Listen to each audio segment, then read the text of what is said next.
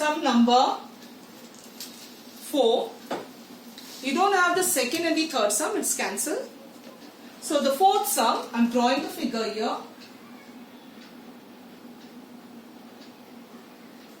And there it is given C is the center of the circle.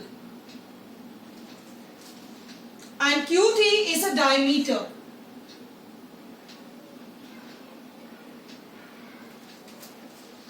And then it is given CT is equal to 13. CP is 5. That means there is one chord over here, RS. And it is, this CQ is perpendicular to RS. And this CP value is given, I'll write it here. The CP value is given 5. And you have to find out the length called RS. Find RS. Solution. The solution we have to find. Now to find this, we know that over here, first thing is joint segment CS. First is write down joint segment CS. So when you join the segment CS, you know that CT is equal to CS.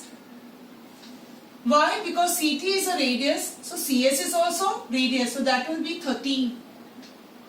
And the reason is radii of same circle. Radii of same circle.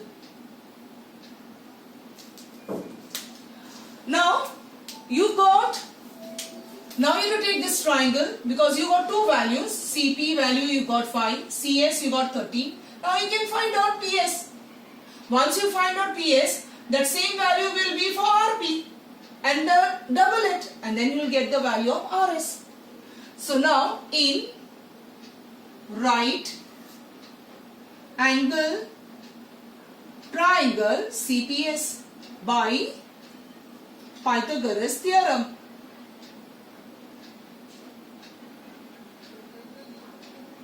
That is CS square is equal to CP square plus PS square. So CS square is 13 square, CP square is 5 square plus PS square. 169 is equal to 25 plus PS square. So 169 minus 25 will give you what? On the right hand side PS square will be there as it is. So this will be 144. So your PS will be square root of 144 and that will give you answer 12. So now you got your answer 12. If this is 12, so this also will be how much? 12.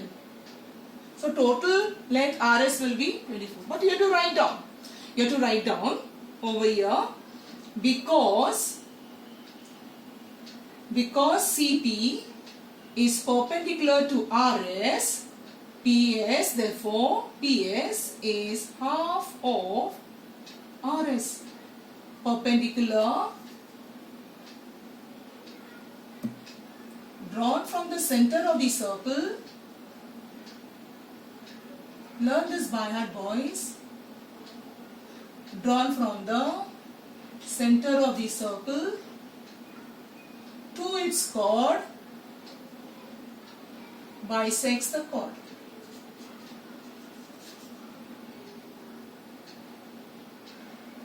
So your PS is 12 and that is equal to half RS. So this 2 will come here multiplied. So 12 into 2 RS. So therefore RS is how much?